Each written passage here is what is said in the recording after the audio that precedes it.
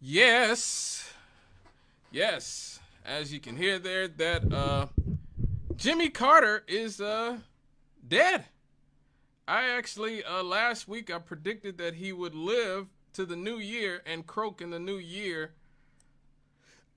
but he actually died a day before my prediction would actually come true. I actually said that I felt like Joe Biden would pass away as well.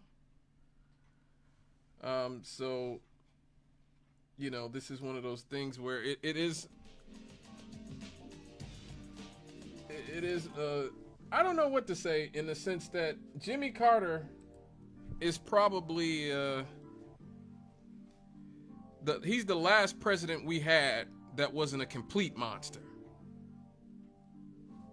Every president we've had since Jimmy Carter has been a complete monster, including that guy you all like. Well, most of you like. He was the last president we had that was not a just blatant Wall Street establishment corporatist. Didn't bomb a whole bunch of, didn't bomb a whole bunch of countries. He was by no means perfect, but I will say, unlike some ex-presidents who get a lot of press, he did spend the end of his life basically trying to make up for a lot of the things I feel like he did in office that weren't the greatest things to have done. Once again, former U.S. President Jimmy Carter, the 39th president, has died at 100 years old, almost 2 years to the day that he announced that he would spend his final days in hospice. The Democrat was a peanut farmer. He was a peanut farmer who actually sold his peanut farm. Show you how much things have changed in our society. Jimmy Carter, he actually sold his peanut farm to avoid the appearance of impropriety when he became president. Yes. So he was in the White House from 1977 to 1981 and dedicated the rest of his life to charity, actually, which is what I was talking about. He built homes for a lot of people, did a lot of great diplomacy work over the years. He wasn't perfect, but I will say at least he tried to do some good in the world. Now, this comes just a year after his wife, Rosalind. He was married for 77 years to Rosalind. 77 years. That man was married to Rosalind.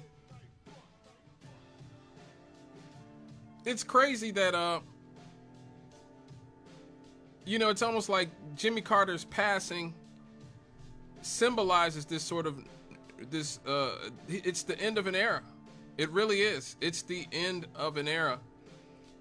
He actually, even though Reagan gets credit for this, Jimmy Carter is actually the one who started the neoliberal economic order that we live. He was actually considered a conservative progressive. He was considered fiscally conservative. I mean, just listen to this. In his 1978 State of the Union speech, he said, "Government cannot solve our problems or eliminate poverty or provide a bountiful economy or reduce inflation or save our cities or cure illiteracy or provide energy." A Democrat saying that was revolutionary in the late 70s. Now, I don't think it was revolutionary in a good way, being the FDR, LBJ stan that I am. But I definitely think that it was revolutionary in terms of it was a harbinger of what would be to come for somebody like Ronald Reagan, who just fully ushered in the neoliberal era. He was actually called the Great Deregulator. Not Ronald Reagan. Jimmy Carter was the Great Deregulator. He deregulated the trucking industry. He deregulated the airline industry. Both industries that we have seen over the years become more and more stripped down of all the rights that workers had for many years. You talk to You look at Boeing now. Boeing airplanes regularly just fall apart in thin air, in the air. They just had a huge plane crash in South Korea. I think it was last week or the week before last. There's been multiple Boeing whistleblowers who've been talking about just how shoddily Boeing planes are built. And we've seen the sort of dismantling of the truck, the trucking industry, where workers have far more rights and are paid a lot less than they were in the past, thanks to a lot of the deregulations that started with Jimmy Carter. His presidency, obviously, a big story during his presidency was inflation. Inflation rose from 6.5% to 13.5%. Good God. Employment was 8% by the time he left office. And so, you know, Carter blamed excessive regulation for all of this. And so he, like I said, he was the one who started dismantling a lot of the New Deal, Great Society order that really helped the Democratic Party control our government for 50 years.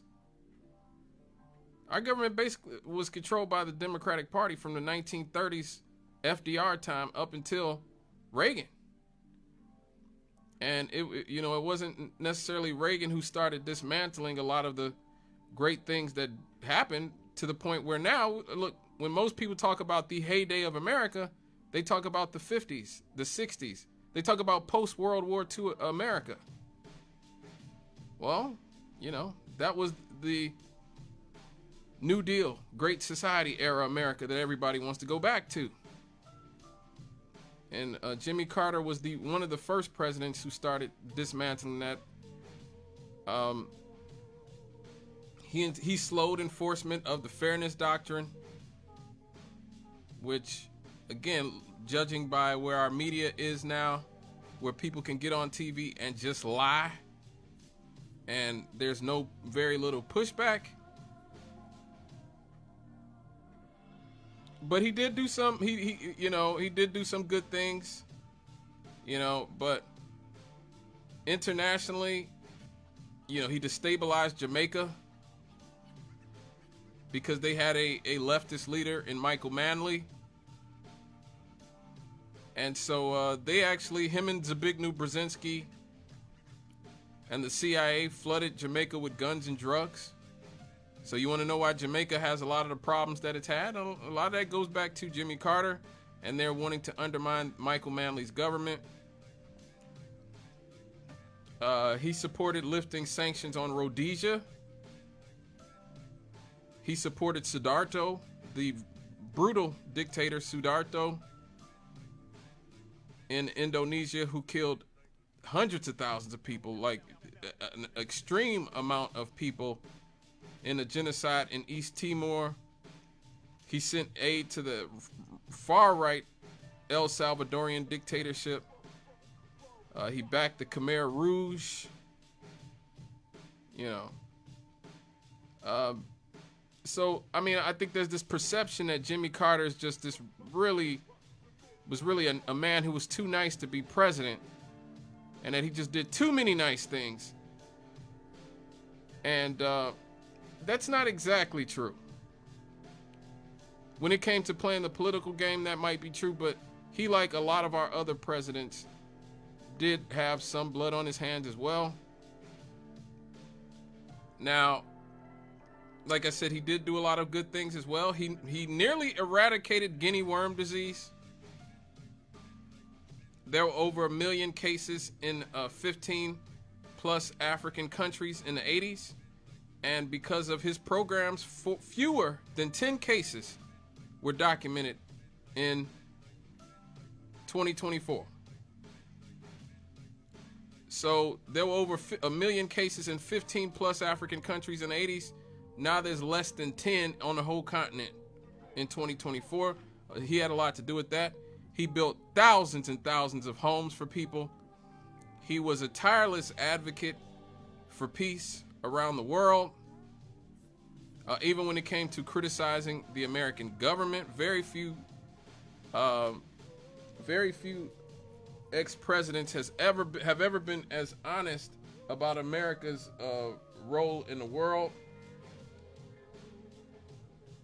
You know, he told the truth about Israeli apartheid.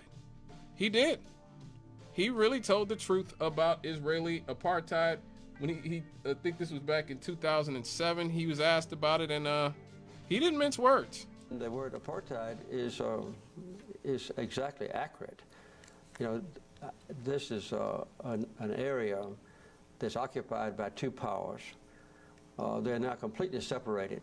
The Palestinians can't even ride on the same roads that the Israelis have created or built in Palestinian territory. The Israelis never see a Palestinian except their Israeli soldiers. The Palestinians never see an Israeli except at a distance, except the Israeli soldiers. So within Palestinian territory, they're absolutely and totally separated, much worse than they were in South Africa, by the way.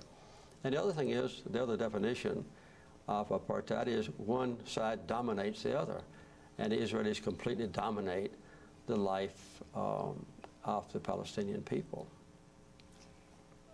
Why don't Americans know what you have seen? Americans don't want to know.